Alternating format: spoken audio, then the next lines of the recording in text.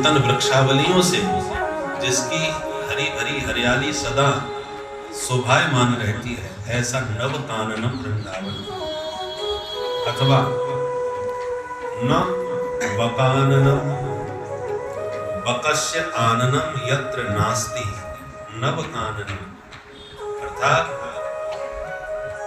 बगुला भक्तों की भूमि तो वृंदावन है, और बगुला भक्त की नहीं। एक बगुला आया, भगवान ने तुरंत मुंह फाड़ करके जैसी आराम कर दिया। इसलिए वृंदावन न बकाननम, यहाँ बकासुर या बगुला भक्तों का काम नहीं है। ऐसा पवित्र दिव्य भक्तों के भाव से भरा हुआ वृंदावन की बात सुन के सब एक स्वर में गदगद होके बोले साधु साधु भीतिवादिना, बहुत अच्छा बहुत अच्छा, चलो अभी चलते हैं वृंदावन। और बैलगाड़ियों में सामान सजा करके सारे ब्रजवासी गोकुल छोड़ के वृंदावन आए। और जो वृंदावन का दर्शन किया तो वृंदावनम गोवर्धनम यमुना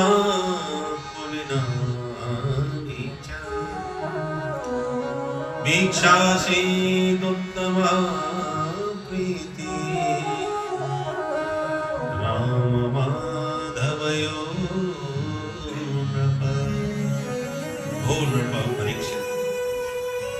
वृंदावन की हरी भरी लता कुंजों को देखकर गिरिराज गोवर्धन नाथ के उच्च शिखर को निहार कर कल कल कल्लोल करती हुई कमनीय कालिंदी के कलरव को सुनकर कृष्ण कन्हैया का मन मयूर थिरकने लगा, नाचने लगा।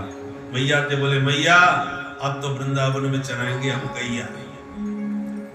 मैया बोली बेटा गैया बाद में चरियो, पहले बछड़ा चरावो सीख ले ठीक से। अच्छा ठीक है।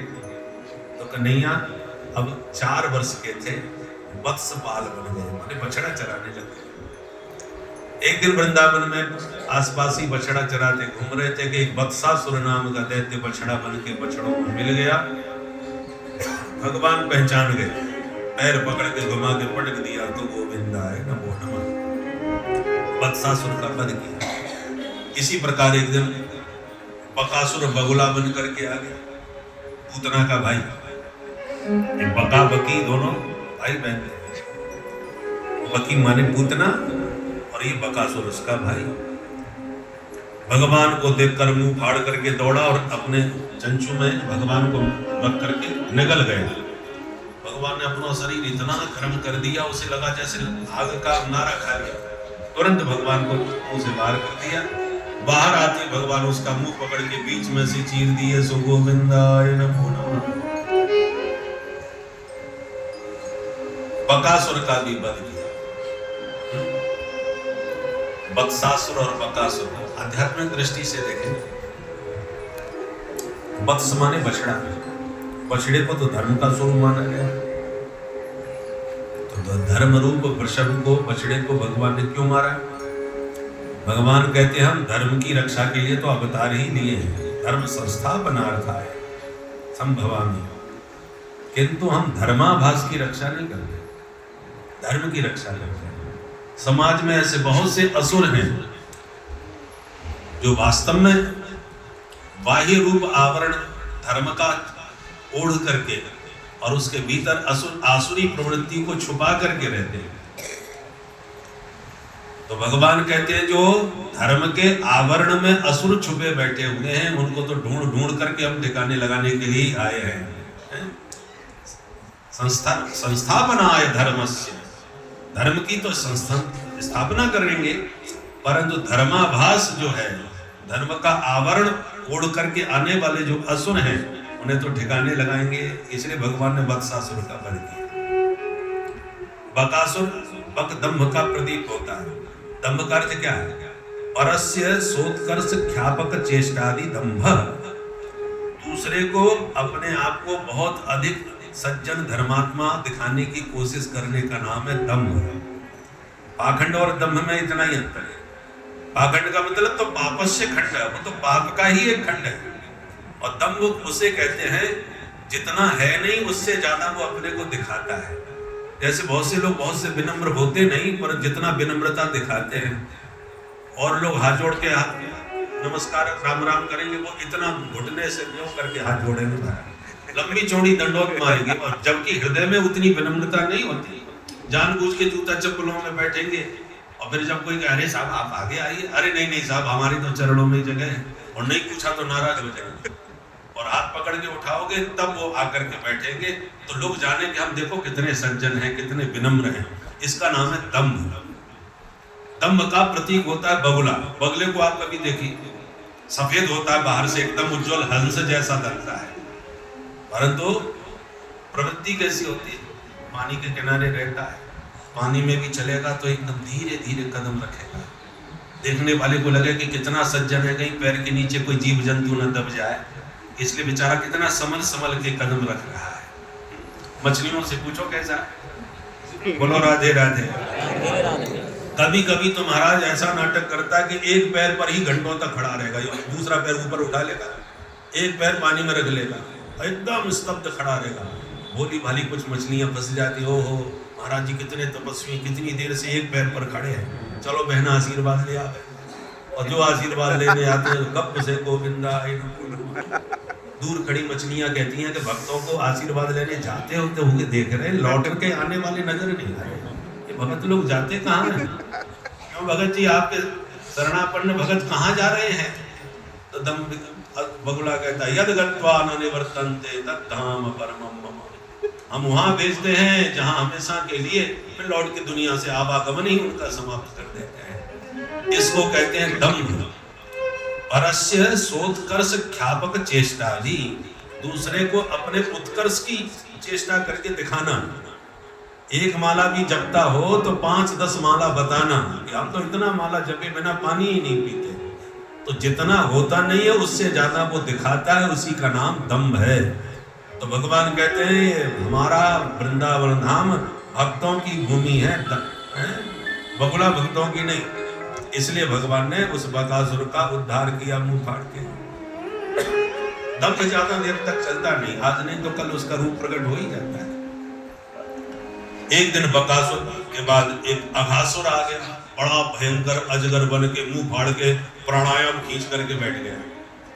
भोले वाले ब्रजवासी आंख में चौनी खेल रहे थे तो कुछ देख करके बोले ओ देखो देखो क्या गजब की गुफा है, इसको भगवान पहली बार देखा।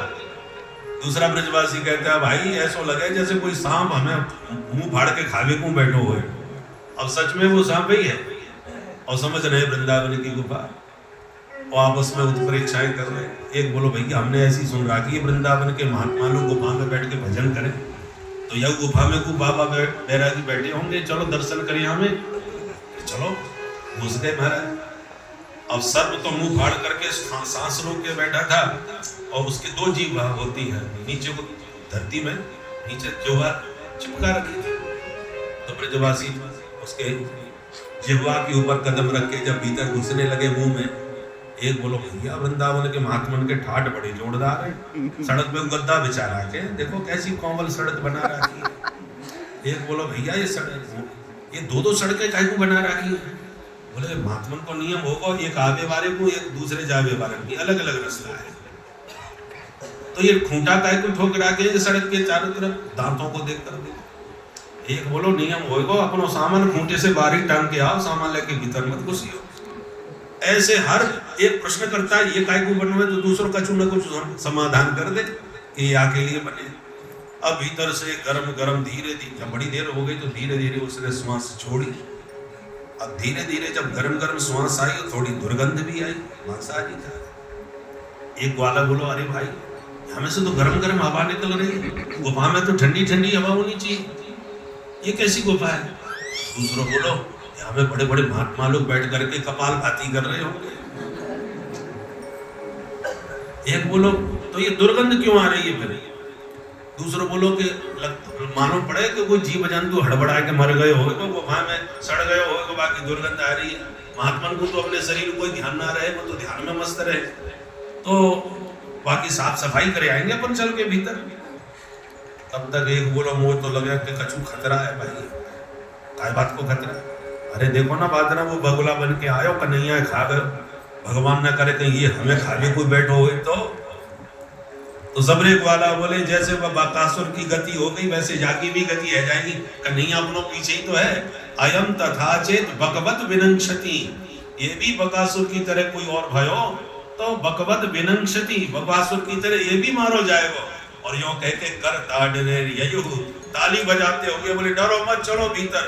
और ये तो एकदम ताली बजा के शोर मचा के सबरे बबरे चले गए भीतर। कन्हैया ने दूर से देखा, ओ ये तो फंस गए भाई। बहुत आवाज लगाई, रुको रुको भाई ब्रजवासियों खतरा है। काऊ ने ना सुनी, इतना जोर का शोर मचाया, सुनाई नहीं पड़ा। तो भगवान को लगा अब तो हमको भी जाना पड़ेगा, तो भगवान भी घुस गए। और जैसे ही प्रभु ने उसके मुख में प्रवेश किया, इसने गप से मुंह बंद कर दिया। और मुंह बंद करते ही सबके सब मूर्छित होकर ब्रजवासी गिरे। और भगवान सरकते हुए इसके मुंह के भीतर जिस छिद्र से श्वास ले रहा था, वह श्वास छिद्र को अवरुद्ध करके बैठ गए भगवान, पूरी तरह रोक दिया अपने शरीर से। अब बिना श्वास के ये छटपटा गया। थोड़ी देर तक छटपटाया, इसका ब्रह्म रंध्र फट गया। और उसी छिद्र से भगवान सारे ब्रजवासियों को निकाल के बाहर ले आए। बाहर आते इसकी प्राण ज्योति भगवान में प्रविष्ट हो गई और अघासुर का उद्धार हुआ। बोल भक्त वत्सल भगवान।